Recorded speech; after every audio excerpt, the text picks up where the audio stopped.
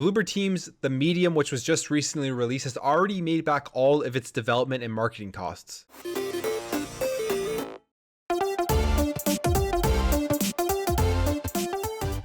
What is up, everybody? Welcome back to another video. Thank you for stopping by. If you are new here and you enjoy what you see throughout this video, I'd really appreciate you hitting that subscribe button to help this channel grow and grow this community, and we can have great conversations in the comments below. But for now, let's jump into this. So last week, The Medium, a psychological horror game, was released on the Xbox Series X, the Xbox Series S, and PC. It was also available day one on Xbox Game Pass. Now, one of the big things people like to determine and see and talk about when a game comes to Xbox Game Pass on day one is that how profitable can the developer be when they are giving it away to users on Xbox Game Pass just by being a part of the subscription, and as well as not putting it out on other platforms like PlayStation or Nintendo. Well, if The Medium is a game to go off of, the advantage of Xbox Game Pass is really starting to shine through. So this comes by the way of an interview with the Polish publication Money.pl, and it is saying that the development studio Bloober said that they have already made back both its developmental and marketing costs, so meaning that any revenue from here on out is pure profit. This is really an interesting phenomenon because with this being on Game Pass day one,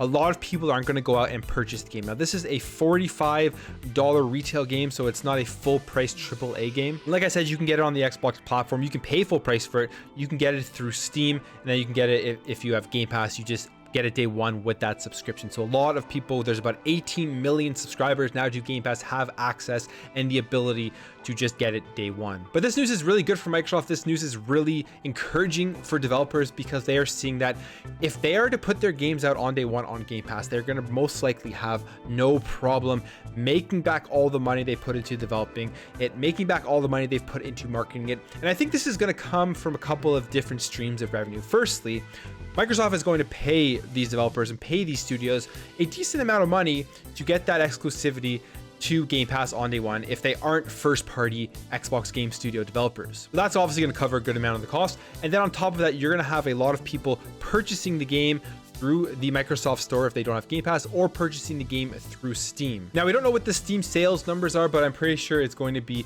a good amount. I mean, this was a relatively hyped up game, a game a lot of people were excited for. The reviews for it are actually pretty decent. We look here at Metacritic for the Xbox Series X, it's a 71, which is a decent score, and then a 7.2 user score. On PC, 76 for reviewers, and then 7.2 user score for that.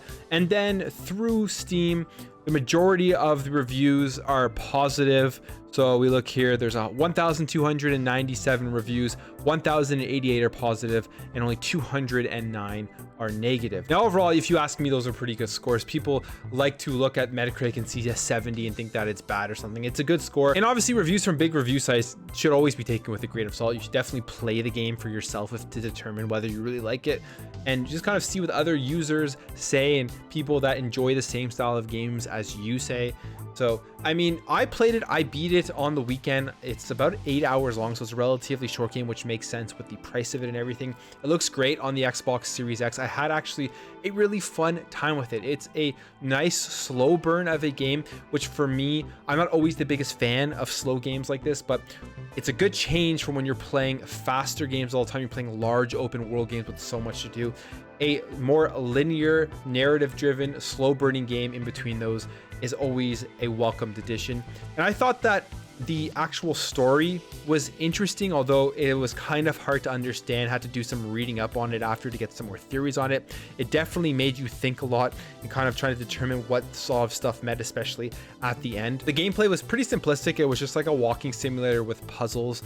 And other than that, the atmosphere and the music to me were the standouts of this game. I felt that the atmosphere was engaging throughout the entire adventure, and then when that music kicked in, it kind of just like put it over the top. Those were the biggest things for me. I would say my number one thing was atmosphere, music, followed by the actual story and gameplay of it. But yeah, overall, I can understand why people don't like it. I can understand why this game was boring for people, or it just isn't their cup of tea. It completely makes sense, and I can definitely understand why there is a mixed kind of reaction to the game. You have people over here that loved the Medium, then you got people over here that were so-so, and then you have a lot more people that then hated the Medium. So there's a big difference in what people thought about the game.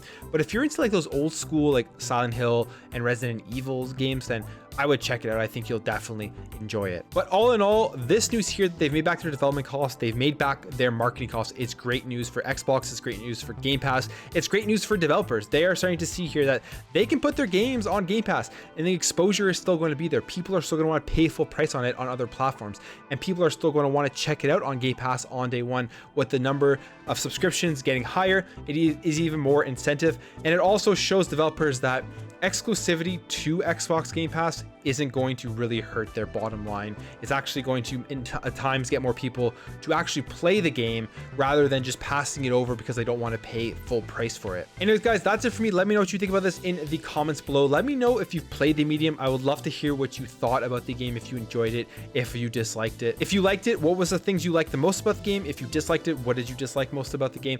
And what do you think about the fact that all of the development and marketing costs have been covered and everything else is going to be profitable? What do you think that means for Game Pass going forward? Thank you guys for watching. If you enjoyed this video, make sure to hit that thumbs up button. If you are new here and you like what you see throughout this video, I'd really appreciate you hitting that subscribe button to join this channel, join this community, help it grow so we can just have awesome conversations in the comments and just make a really fun and engaging community. Thank you again for watching. Thank you for your support. I'll catch you in the next video.